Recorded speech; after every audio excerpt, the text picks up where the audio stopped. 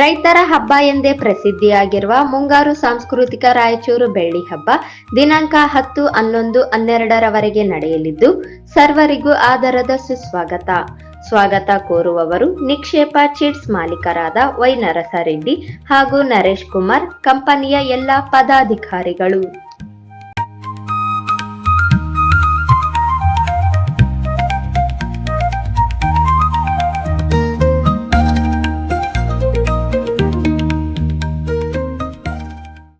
ರಾಜ್ಯ ಸರ್ಕಾರದ ಅಭಿವೃದ್ಧಿಗಳ ಕುರಿತು ವಾರ್ತಾ ಮತ್ತು ಸಾರ್ವಜನಿಕ ಸಂಪರ್ಕ ಇಲಾಖೆಯು ಜೂನ್ 12ರಿಂದ ಜೂನ್ 18ರವರೆಗೆ ರಾಯಚೂರು ನಗರದ ಕೇಂದ್ರ ಬಸ್ ನಿಲ್ದಾಣದಲ್ಲಿ ಆಯೋಜಿಸಿರುವ ಮಾಹಿತಿ ಪ್ರದರ್ಶನ ಮಳಿಗೆಗೆ ರಾಯಚೂರು ಸಂಸದರಾದ ಜಿ. ಕುಮಾರ್ ನಾಯ್ಕ್ ಅವರು ಜೂನ್ 12ರಂದು ಚಾಲನೆ ನೀಡಿದರು.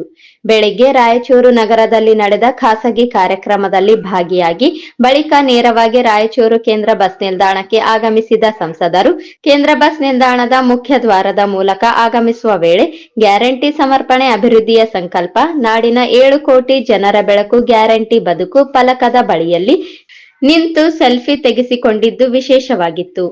ಬಳಿಕ ರಿಬ್ಬನ್ ಕತ್ತರಿಸುವ ಮೂಲಕ ಸಂಸದರು ಮಾಹಿತಿಯ ಮಳಿಗೆಗೆ ಚಾಲನೆ ನೀಡಿದರು.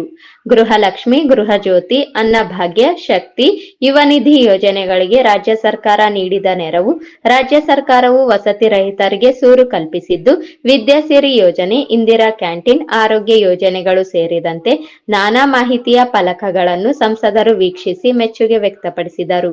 ಕರ್ನಾಟಕ ಸರ್ಕಾರದ ಹೆಮ್ಮೆಯ ಗ್ಯಾರಂಟಿ ಯೋಜನೆಗಳನ್ನು ಎಲ್ಲರಿಗೂ ಪರಿಚಯಿಸುವ ಈ ಪ್ರದರ್ಶನ ಚೆನ್ನಾಗಿ ಮೂಡಿ ಬಂದಿದೆ. ಶುಭಾಶಯಗಳು ಎಂದು ಇದೇ ವೇಳೆ ಸಂಸದರು ವಿಸಿಟ್ ಬುಕ್ನಲ್ಲಿ ಬರೆದು ಸಂತಸ ವ್ಯಕ್ತಪಡಿಸಿದರು. ರಾಯಚೂರಿನ ವಾರ್ತಾ ಇಲಾಖೆಯು ಪ್ರಕಟಿಸಿದ ರಾಜ್ಯ ಸರ್ಕಾರದ 2 ವರ್ಷಗಳ ಸಾಧನೆಯ ರಾಯಚೂರು ಜಿಲ್ಲೆಯ ಸಮಗ್ರ ಅಭಿವೃದ್ಧಿ ಮಾಹಿತಿಯ ಎಡೆದೊರೆ ನಾಡಲ್ಲಿ ಪಂಚ ಗ್ಯಾರಂಟಿ ಯಶೋಗಾಥೆ ಪುಸ್ತಕವನ್ನು ಸಂಸದರು ಇದೇ ವೇಳೆ ಬಿಡುಗಡೆ ಮಾಡಿದರು. ವಾರ್ತಾ ಇಲಾಖೆ ಪ್ರಕಟಿಸುವ ವಾರ್ತಾ ಜನಪದ ಮಾಸಿಕ ಮತ್ತು ರಾಯಚೂರು ಜಿಲ್ಲೆಯ ಸಮಗ್ರ ಅಭಿವೃದ್ಧಿ ಮಾಹಿತಿಯ ಎಡೆದೊರೆ ನಾಡಲ್ಲಿ ಪಂಚ ಗ್ಯಾರಂಟಿ ಯಶೋಗಾಥೆ ಪುಸ್ತಕವನ್ನು ಇದೇ ವೇಳೆ ಸಾರ್ವಜನಿಕರಿಗೆ ವಿತರಿಸಲಾಯಿತು.